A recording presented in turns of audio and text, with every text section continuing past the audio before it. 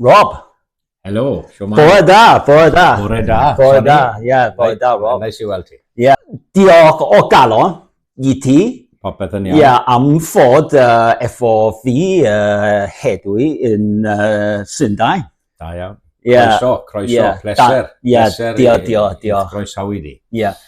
Dan ni'n yn Eglwys Gymraeg Canol Llundain. Canol Llundain, da iawn. Hen eglwys fydyddwyr Castle Street, ond mae yna dair eglwys wedi ymuno gyda'i gilydd yma, sef eglwys Castle Street gyda'r fydyddwyr, Tabernacle King's Cross, capel Annibynwyr, a hefyd Radnor Walk yn Chelsea, Annibynwyr wedi uno gyda'i gilydd i greu eglwys Gymraeg Canol Llundain. Ac ni'n tafliad carreg o ganol Llundain o Oxford Circus. Rob, o le wyt ti'n dod yn radio pam symudest ti i Llundain? Wel, dwi'n dod o bentre bach o enw'r Penclawdd yn wreiddiol. Mae Penclawdd rhwng Abertawe a Llanelli yn y de, ar arfordir ogleddol Bro Gwyr. A mae'n enwog iawn am gasglu cocos, diwydiant gasglu cocos maen nhw'n dal i wneud. Ond symudes i Llundain, wrth gwrs, yn rinwedd y swydd yma fel gweinidog Eglwys Gymraeg Canol Llundain. Ond i wedi bod yn byw yng Nghaerdydd am ychydig, wel am 20 mlynedd cyn symud i Llundain, ond des i yma fel gweinidog yma i'r capel. Wynes ti siarad Cymraeg pan o ti'n plentyn?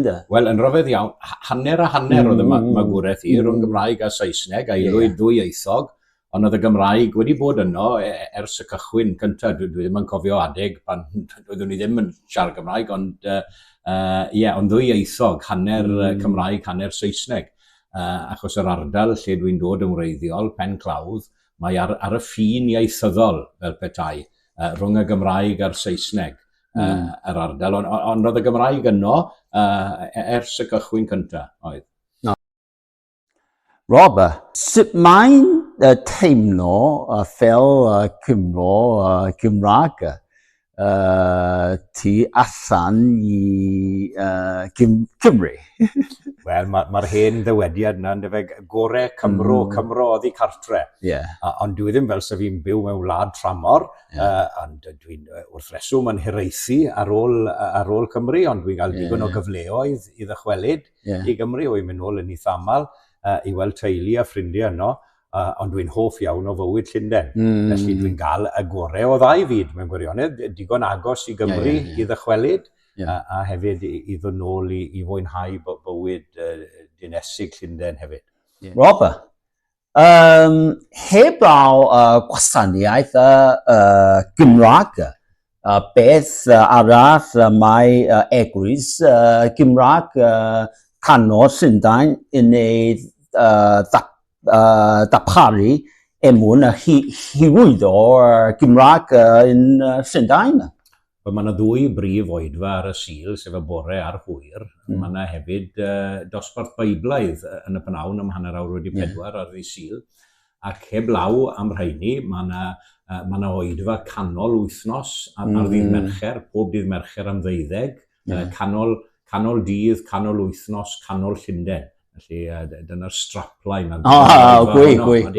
A wedyn ni bob Sadwrn cyntaf mis, rhwng misoedd Chwefror a Gorffennaf, mae Cymdeithas Pnawn Sadwrn gyda ni. A ni'n cael amrywiaeth o siaradwyr yn siarad ar bynciau gwahanol, i gyd yn Gymreigedd, ond eto mae hwnna'n ddwyieithog.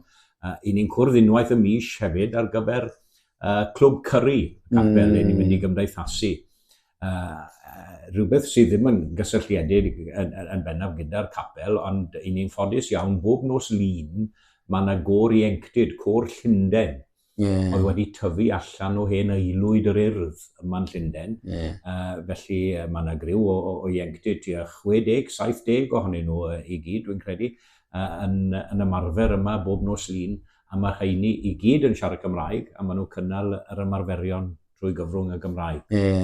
Rob, pa mor bwysig ydy eglwysu Cymraeg yn cyffredinol o ran hirwyd o'r Gymraeg.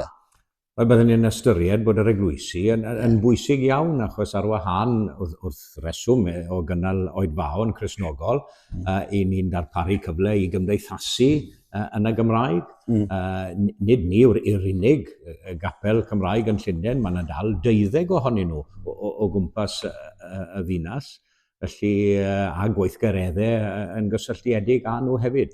Digwydd bod oedd yna gymanfa ganu ychydig o wythnosau nôl yn Capel Diwyn gyda'r eglwysi presbyteraidd ac i ni gyd yn dod at ein gilydd hefyd ar gyfer gymanfa ganu'n debol ym mis Tachwedd bob blwyddyn ar gyfer Sul y Cofio. A fel dwi'n gweud, mae'n gyfle i holl aelodau'r gymdeithas a chymuned Cymru Llundain i ddod at ei gilydd hefyd ar gyfer achlasuron fel yna. Pobl falle, na fydden mynychu oedfa fel arfer oedfa reoledd ar y Sul. Rob, ydy pawb sy'n dod i eglwys Gymraeg canol Llundain yn siarad Cymraeg? Nid pawb, mae pawb sy'n dod ar ryw gysylltiad â Chymru, mae rhan fwyaf yn siarad Cymraeg, ond mae chydig o Gymru Llundain sydd falle'n drydedd ac yn bedwerydd genhedlaeth Cymru gwreiddiol, maen nhw wedi colli'r iaith bellach, mae yna chydig o ddysgwyr, a mae yna ambell un sydd ddim yn siarad Cymraeg o gwbl, a felly ni'n cynnal y gwasanaethau'n ddwyieithog, ond mae'r ogwydd tua'r Gymraeg a mae'r ymynau i gyd yn cael eu canu yn Gymraeg, felly mae'n ymdeimlad a naws Gymreigedd iawn i'r capel, ond yr oedfaon ac yn ywedig y bregaeth yn ddwyieithog mwyn i pawb i gael deall.